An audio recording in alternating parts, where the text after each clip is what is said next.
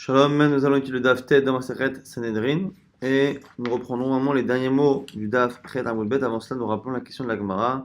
La Gemara est cherchée à comprendre la marloquette entre Rabbi Meir et Chachamim dans la Mishnah au sujet de Motzi Shemra, histoire d'un homme qui raconte que sa femme finalement l'a trompé entre le début du mariage et la nuit de noces qui en général était séparée d'un an. Et dans ce cas-là, est-ce qu'il faut absolument, pour savoir s'il doit payer ou pas s'il a menti, est-ce qu'il doit payer donc les 100 kesef et 100 pièces d'or, d'argent, est-ce que on a besoin d'un beddin de 3 ou un beddin de 23? Selon Rabbi Meir, 3, est-ce que c'est de l'argent? Chachamim disent 23 parce que plus ou moins ça touche à un problème de nefashot, parce que si c'est elle qui est en tort, elle est passible de la peine de mort. Maintenant là, Gemara avait dit, mais attends, mais si on parle pas de l'accuser elle, mais de l'accuser lui, pourquoi finalement considérer ça comme une histoire de peine de mort? Et on avait vu plusieurs tirotim. On là disait qu'on craignait ce qu'on appelle le lahaz, on craignait que les témoins puissent être influencés par des rumeurs, et à ce moment-là qu'on arrive à parler de d'inéné fachot, de peine de mort. On a vu également que c'était peut-être un cas, autre explication, un cas où finalement on avait pensé au départ accuser la femme, que finalement on n'avait pas de preuves, donc du coup on avait annulé le beddin, est-ce qu'on pouvait réutiliser le beddin mais que à 3 pour juger la suite de l'histoire où c'était un manque de kavod, donc c'était une marloquette, est-ce que on tient compte du kavod du tribunal de 23 dans ces cas-là. On a vu également que selon certains c'était parce que en fait on imagine que c'était un cas où on avait prévenu la femme, simplement on n'avait pas fait une prévention avec la précision de quel type de mort elle risquait par le beddin. Et donc ce serait une marloquette entre Rabbi Meir et Chachamim qu'on retrouve par ailleurs. Est-ce que lorsque la personne est prévenue que la faute qu'elle va faire est passible de la peine de mort, mais qu'on ne précise pas laquelle, est-ce que la prévention est valable ou pas? Et donc c'est pour ça que c'est éventuellement une histoire de Nefashot à 23 ou pas. C'était la troisième explication. La quatrième était de dire qu'on n'avait pas prévenu cette femme, simplement que c'était une femme qui était chavera, qui était chachama, qui était pleine de connaissances. Est-ce qu'on a besoin de prévenir une personne qui connaît bien les règles de la Torah ou pas? Ce serait peut-être ça la marque entre Rabbi Meir et Chachamim. Cinquième explication, Ravashi Amar, donc à la toute fin du Dapret, Ravashi Amar, Ravashi propose Kegon de Atroube Bamalkut, Velo Atroube Katala. C'est un cas, finalement, peut-être, la Gemara nous dit, on a prévenu la femme de la faute. Simplement, au lieu de prévenir de la sanction la plus grave, lorsque quelqu'un fait un interdit de la Torah, un quelconque interdit de la Torah, c'est passible de ce qu'on appelle Malkout, c'est-à-dire les 39 coups. Les sages ordonneront qu'on donne 39 coups au fauteur ou à celle qui a fauté. Mais il y a des cas qui sont plus graves, qui nécessitent donc la peine de mort, ce qu'on appelle ici katala. Ce qui veut dire que même dans une action qui est passible de la peine de mort, dans le fond, théoriquement, il y a également une sanction des coups. Simplement, il y a une logique qui fait qu'on ne peut pas appliquer deux sanctions, qu'on ait une plus forte que l'autre, on applique toujours la plus forte. Mais dans le fond, il y a les deux. Et donc là, ici, ils se sont trompés. Ils lui ont dit qu'il y avait Malkout dedans, ils ont parlé de la peine de mort, ils ne pas parlé. Camille Flagué, Plukta de Rabbi Ishmael Rabbanan, les textes, ici, la discussion Rabbi Ishmael Rabbanan. Dan Makol Bishlosha, Bishum Rabbi Ishmael Amrou, Maesrim Shlosha. Et qu'on retrouve la marque locale qu'on retrouve également dans la Mishnah. Est-ce que finalement, lorsque on doit justement donner des coups à quelqu'un, est-ce que c'est quelque chose qui se juge devant 3 ou devant 23? Et donc c'est pour ça qu'on a également la marque de Rabbi Meir et Chachamim, ce serait la même que Rabbi Ishmael et Chachamim. Sixième explication, on nous Ravina Amar, qui est Gon Shenim Seichad Mina Edim Karov au Pasoul. Alors c'est peut-être un cas où on a un des témoins qui est Karov, qui est proche de la victime, ou Pasoul, ou qui est impropre au témoignage, pour une autre raison, c'est un voleur ou je ne sais quoi. Et, alors vous allez me dire que s'il y a deux témoins, tout le monde est d'accord que si un des deux n'est pas bon, la doute n'est pas bonne. Et ici, on parle d'un cas où il y a trois témoins, avec Camille Plagué, Plukta de Rabbi Yosef et Rabbi Aliba, de Rabbi Akiva. Et en fait, ils discutent à propos de la même discussion qu'il y a entre Rabbi Yossi et Rabbi au sujet de Rabbi Akiva. Donc parmi les Tanaïm de la Mishnah, il y a les Tanaïm Rishonim, les premiers qui sont Rabbi Akiva par exemple, et ceux un peu plus tardifs qui sont Rabbi Yossi et Rabbi, qui parfois discutent sur les premiers Tanaïm. Ditnat, c'est une Mishnah non Rabbi Akiva. Rabbi Akiva Omer, Lo bashlishi la leachmir alav la sot dino kayot seba elu. La Torah, lorsque la Torah parle du témoignage, elle prend une formule qui est assez étrange. Elle dit al pishne edim, sur la bouche de deux témoins. Oh, ou alpi shelosha edim, ou sur la bouche, la parole de trois témoins, yakum davar, une chose tiendra au niveau donc de la justice. Quand on parle de deux, pourquoi parler d'un troisième? Il est évident que si deux témoins fonctionnent, trois témoins a fortiori, et 4 et 5, donc pourquoi dire trois alors qu'on a dit deux? Donc Rabbi Akiva nous dit, c'est pour nous apprendre que le shlishi, le troisième, il est mahmir, on est strict avec lui, comme les deux autres. Alors l'agma va expliquer justement. C'est pour nous dire ici que si finalement on doit punir les témoins, dans le cas par exemple où les témoins ont fait un faux témoignage et qu'on applique aux témoins ce qu'ils ont cherché à faire, deux témoins qui font un faux témoignage sur une personne, qui disent que cette personne-là doit mourir parce qu'elle a fait tel ou tel interdit, si ces deux témoins-là finalement se trouvent être de faux témoins qui ont fait exprès de mentir sous certaines conditions, on leur appliquera à eux la sanction qu'ils ont failli faire appliquer à l'autre. Ce qu'on nous apprend ici, c'est pourquoi la Torah a dit que deux ou trois, c'est pour nous dire que le troisième sera également concerné par cette sanction. Et il ne pourra pas dire que dans tous les cas, sans lui déjà, il y avait déjà les deux témoins qui étaient suffisants pour mettre à mort l'autre, donc on n'a qu'à les punir eux et pas lui, non. Kenana Shakatou Vetanit pas leur bravera, quand on voit, on apprend ici que la Torah ici punit celui qui est accessoire dans une faute comme celui qui est principal, puisque finalement les deux premiers qui ont témoigné sont les deux réellement qui ont créé le témoignage. Le troisième n'a rien rajouté, puisqu'on sait très bien qu'entre deux et trois témoins il n'y a qu'une différence. Et on voit que malgré cela, il est troisième et il est donc finalement la cinquième roue du carrosse, il ne sert à rien. Malgré cela, il participe à une avera et il est puni comme les autres. Là, on s'est mitzvah, et là, ici, on fait un raisonnement, puisqu'on sait qu'Akadosh Baruch Hu a une miséricorde et une générosité qui est toujours plus importante que la punition qu'il donne, que la force qu'il met dans une punition, si déjà dans la punition, celui qui est accessoire est égal à celui qui est principal, a fortiori, lorsque l'on fait quelque chose de bien, que le salaire sera aussi important lorsque l'on est secondaire que lorsque l'on est principal. Au Mashnaim, si déjà, lorsque on a deux, et qu'il y en a un des deux qui est pas soul, la doute elle est betela, afshosha, même s'il y a trois, même karov pas soul, la doute en betela, une insha filomea, tamulomar, o alpi, shelosha, aidim, le mot aidim vient de rajouter que non seulement trois, mais même un nombre infini. Donc finalement ici c'est la version positive. Quelqu'un est accusé, il a trois témoins face à lui. Le fait d'avoir dit trois, ça vient nous apprendre que le troisième, s'il doit être puni, si les deux premiers sont punis, le troisième également. Mais là, ici, c'est pour sauver la personne accusée. La personne accusée sera sauvée non seulement si un des deux principaux, finalement, est rendu au même, mais même si c'est le troisième. Et le mot Aidim qui arrive à la fin vient extrapoler cela à un nombre infini de témoins. Donc celui qui est accusé et dont les témoins viennent finalement l'accuser, et sur les 100 témoins qui viennent, il y en a un qui est pas caché, tout est annulé. Et là-dessus, on a une discussion à Marabu aussi. De quoi parle-t-on? Mais Nefashot, c'est parce qu'on parle ici d'affaires, de Nefashot, c'est-à-dire quelque chose qui peut éventuellement mettre à mort quelqu'un. Aval Bedide Mamonot, mais si on parle d'argent, Tikeyem et Doud Bishar, non, c'est pas vrai. Si on a un témoignage d'argent, et que dans la bande de témoins, on en a un qui est pas cachère, tant qu'il en reste deux cachères, c'est bon. Rabbi Omer, Rabbi pense, Chadidim Mamonot et Chadidim Nefashot. C'est pareil pour l'argent que pour justement les fachot.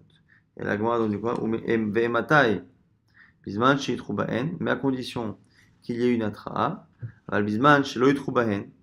Mais si on n'a pas prévenu tous les témoins, non, pourquoi? Donc ici on parle d'un cas. Donc imaginons on a trois témoins. On a trois témoins et on n'a pas prévenu justement le troisième que finalement si il mentait, on lui appliquerait la même sanction. Dans ces cas-là, le troisième n'ayant pas reçu la même prévention que les deux premiers, on ne peut pas lui appliquer le même din. Et à ce moment-là, on sera d'accord ici qu'on ne pourra pas changer et annuler toute la doute à cause de cela. La preuve, nous dit ici Rabbi, sinon, si on pense que quelle que soit la prévention qu'on a fait aux témoins, on estime que dès que dans une bande de témoins, il y en a un qui est pas cachère, comment faire lorsque l'on a un fait qui se passe et que parmi les gens qui assistent à la scène, il y a deux frères, donc deux personnes qui par définition ne pourront jamais témoigner ensemble. Est-ce que le simple fait qu'ils aient vu ensemble va rendre tout finalement le témoignage complètement passable? Imaginons qu'on ait 100 personnes qui assistent à une scène, les 100 finalement personne ne pourra témoigner parce qu'au milieu d'eux il y aurait deux frères qui ont vu que les deux frères sont proches, évidemment que non. Et donc du coup c'est pour ça qu'il faut que la personne ait été mise en condition d'être témoin par entre autres la prévention. Donc on était au sixième explication. Septième, Veiba et Tema. Peut-être que chez nous, l'histoire là de 23 ou pas 23, c'est peut-être encore une fois une autre marloquette. C'est un cas où il y a eu prévention. Il y a eu prévention. La femme, on l'a dit, je te préviens, si tu as cette relation-là, tu es chayev et mita. Simplement, ceux qui lui ont fait la tra, donc la prévention, ne sont pas ceux qui l'ont vu plus tard. Et c'est une marloquette avec une blague, et plus tard des Rabbi Yossi et Rabbanan, c'est une marloquette Rabbi Yossi et Rabbanan. Dites-na dans une Mishnah, Rabbi Yossi Omer, alors là, maintenant, on est ragaché. Pishne Edav Matrimbo. Selon Rabbi aussi, un homme ou une femme ne peut pas être mis à mort si ce n'est pas finalement ceux qui témoignent contre lui qui l'ont prévenu. Chez Neymar, comme c'est marqué, Alpi Shnaim Adim, sur la bouche de deux témoins, il mourra. C'est une allusion ici sur Rabbi aussi à la fois au témoignage qu'ils font sur lui, mais à la fois à la prévention que ces deux mêmes témoins doivent faire. Et selon Chachamim, pas du tout. Il suffit que la personne ait été prévenue par deux personnes. Et après a été vu par deux personnes, même si ce ne sont pas les mêmes, il n'y a pas de raison d'annuler le témoignage. Veibei tema, huitième explication, Kegon dit kachush mebdikot, velo it kachush bahakirot. La Gemara dit peut-être la discussion ici dans la Mishnah, c'est un cas où les témoins ont été vérifiés, interrogés, et qu'il y a eu une contradiction entre les deux paroles des témoins, ce qu'on appelle ici bebdikot, dans les vérifications, Velo bachakirot et non dans les recherches. Alors, ici c'est une traduction approximative, mais en réalité, quelle est exactement la distinction entre chakirot et bdikot? C'est que lorsque on a deux témoins qui viennent, on les prend à part pour être certain qu'il n'y a pas ici de projet de mentir au sujet de quelqu'un. On prend chaque témoin à part et on lui pose des questions. Première question, ce qu'on appelle chakirot, et après on rajoute ce qu'on appelle bdikot. Chakirot sont des questions sur l'événement en lui-même. Tu dis qu'un tel a fait telle chose, explique-moi quel jour c'était, à quelle heure, dans quel endroit, et ainsi de suite. Donc des détails vraiment sur la transaction elle-même, sur la chose, sur l'action qu'ils sont censés avoir vue et à propos de laquelle ils témoignent. Après cela, on fait d'autres recherches qu'on appelle ici bdikot, des petites vérifications. Et là ici, on va poser des questions. On va poser des questions sur des détails qui, eux, n'ont pas d'importance par rapport à l'action elle-même. Donc, ça va être quelle était la météo, quelle était je ne sais quoi. Et à ce moment-là, on va essayer de voir s'il n'y a pas de contradiction. Et là, ici, nous dit la Gemara, lorsqu'il y a une contradiction, non pas sur la première catégorie, s'il y a une contradiction sur le maasé, sur l'action sur laquelle il témoigne, c'est sûr qu'on annule le témoignage. Quand il y a un désaccord, une contradiction entre les réponses que chacun donne sur des questions vraiment de détails complètement accessoires, c'est là qu'on a une marloquette qu'on retrouverait ici. Ben Zakai Ditnan, comme c'est rapporté. Ben Zakai, Te'enim, on nous rapporte l'histoire là-bas de Ben Zakai qui a vérifié ce qu'on appelle Be'aoukse Te'enim avec les queues des figues. Donc les figues sont retenues à l'arbre par une petite tige, par une petite queue qui dans certains arbres est épaisse, dans d'autres cette tige est fine. Et ils ont témoigné, les deux témoins, sur une action qui s'est passée sous un arbre. Et à un moment donné, pour essayer de les contredire, il leur a demandé quelle était finalement l'épaisseur plus ou moins approximative des tiges des figues. Un a dit fine, un a dit épaisse. Il dit voilà, il y a contradiction ici, il y a mensonge, il y a quelque chose qui ne va pas. On annule le témoignage. C'est vraiment Ben Zakkai qui pense comme ça, alors que Chachamim diront qu'à partir du moment où on s'éloigne du cœur même du sujet et de ce qui est nécessaire pour le Beddin, à ce moment-là, il n'y a pas de raison de tenir compte d'une contradiction pour annuler le témoignage. Donc, on a finalement répondu de 8 manières différentes à cette marloquette-là entre Rabbi Meir et Chachamim, est-ce qu'il fallait 3 ou 23 dans ce que la Mishnah appelait ici Motzi Shemra. Amar, Rav Yosef maintenant nous dit autre chose. Yavi Ba'al Adim chez Zinta. Dans un cas justement de Motzi Shemra, donc on a un cas où le mari dit voilà que sa femme l'a trompé, et non seulement il le dit parce qu'il constate ça le soir de la nuit de noces, mais il amène en même temps des témoins que sa femme a fauté, donc des témoins qui ont vu vraiment cette femme fauter avec un homme. Et après cela, donc du coup, si on écoute ces témoins, cette femme-là, Chayavet Mita, est passible de la peine de mort, et évidemment en plus, elle perd sa ketouba, elle perd l'argent qu'elle doit recevoir lorsqu'elle est divorcée. Et Vevi Av Aidim, mais après cela, le père amène des témoins, Veizimum Leda Baal, qui rendent Zomemim, les témoins du mari.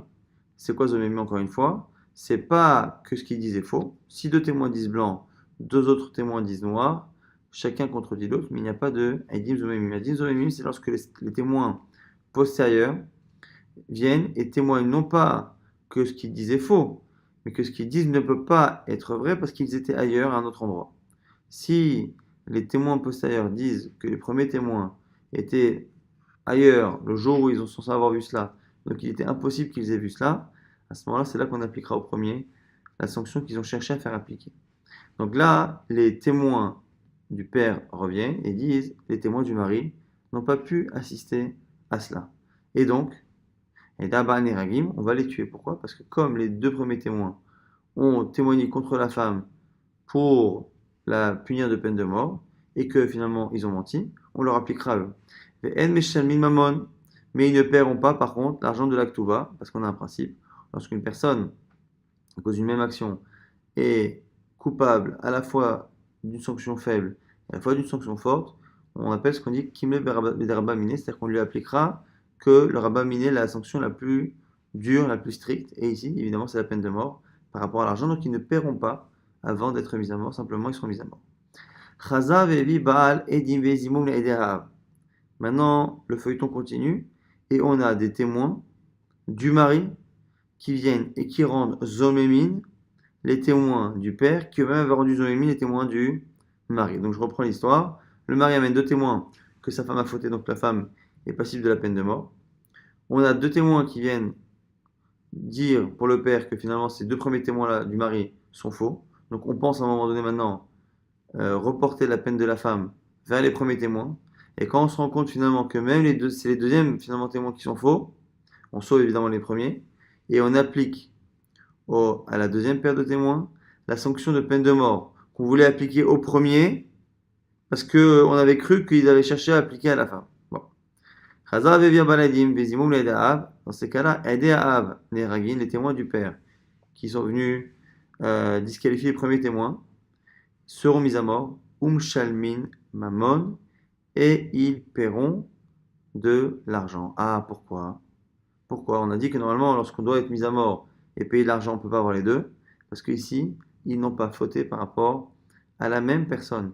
Quand les témoins du père ont dit finalement que les témoins du mari étaient faux, ils ont finalement témoigné contre deux personnes. Contre les témoins, ils ont dit ces témoins-là sont des faux témoins, ils doivent être mis à mort, parce qu'ils ont voulu mettre à mort la femme. Ça, c'est par rapport à la femme.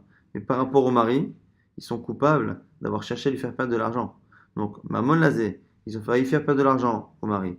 Et Nefashot Lazé, ils ont failli faire perdre la vie à cette femme. Le fait que leur punition inégale soit était à la base à l'intention de deux personnes différentes, à ce moment-là, on leur appliquera les deux sanctions. Évidemment, d'abord l'argent et après la mise à mort. L'Agma termine avec un autre sujet.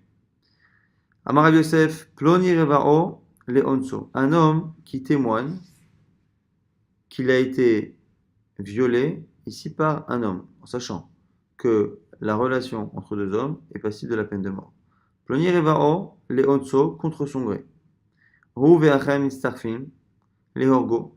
Il peut, s'il a un autre témoin de la scène, se constituer lui-même témoin avec cette autre personne et faire à ce moment-là un témoignage de deux contre la personne. Rachao.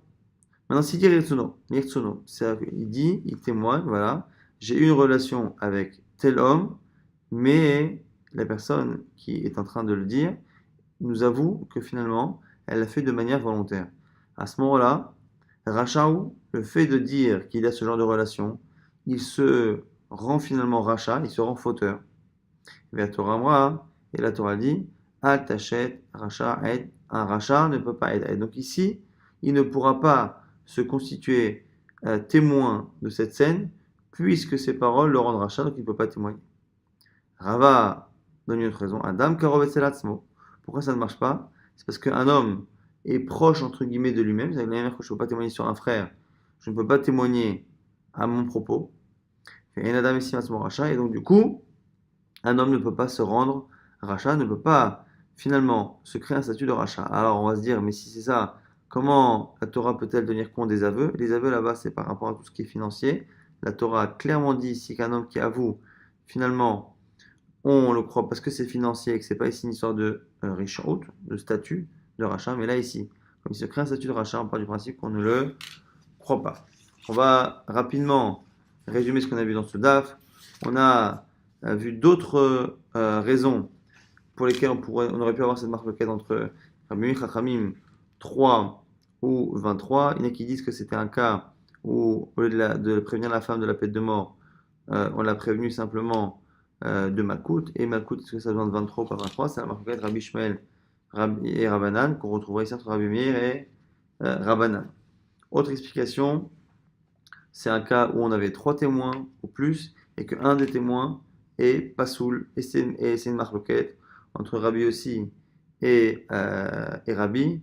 Est-ce que finalement, même dans les dîners mamonotes, même dans tout ce qui est financier, on part du principe que dans une grande assemblée de témoins, s'il y en a un qui est Pasoul, tout le monde est Pasoul. Ça c'est sûr, selon Rabbi Akiva, ça s'applique au problème de Nefashot, de peine de mort, et dans les problèmes financiers, comme c'est le cas ici, est-ce que le mari doit payer mais à Kesef ou pas? Est-ce qu'on applique ces marloquettes Rabbi aussi et Rabbi? Et ce serait ça la marloquette ici entre 3 et 23, entre Rabbi Meir et Chachamim.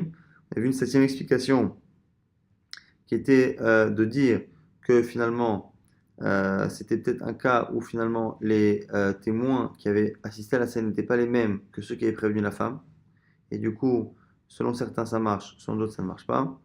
Et dernière explication, peut-être que c'était un cas où on avait trouvé une contradiction entre les paroles des deux témoins, mais non pas une contradiction par rapport au fait à propos duquel ils témoignent, mais une contradiction par rapport à un détail, par rapport, on a dit, à la taille des fruits des arbres ou des tiges. Et à ce moment-là, selon Ben Zakkai, c'est une contradiction et on annule le témoignage. Selon Chachamim, tant que ça n'a pas attrait au cœur même du témoignage, il n'y a pas de raison de tenir compte de cette contradiction. On a vu également que de manière générale, lorsqu'on avait des témoins qui avaient fait un faux témoignage, on leur appliquait la sanction qu'ils ont voulu faire.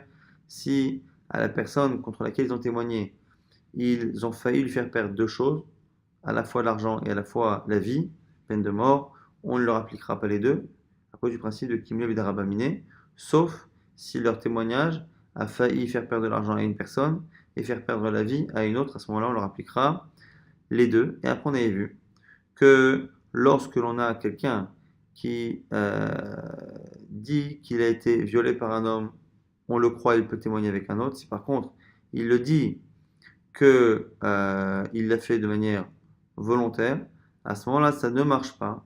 Alors ça ne marche pas soit à cause du verset Attachet Racha Ed, parce qu'il ne peut pas être Racha Ed, soit parce qu'on ne le croit pas à partir du moment où un homme ne peut être cru que s'il avoue qu'il doit de l'argent, mais s'il avoue qu'il est un fauteur, on a un principe, nous dit Rava, que un Adam Messimat Racha, on n'a pas la possibilité technique de se rendre Racha simplement par son simple témoignage.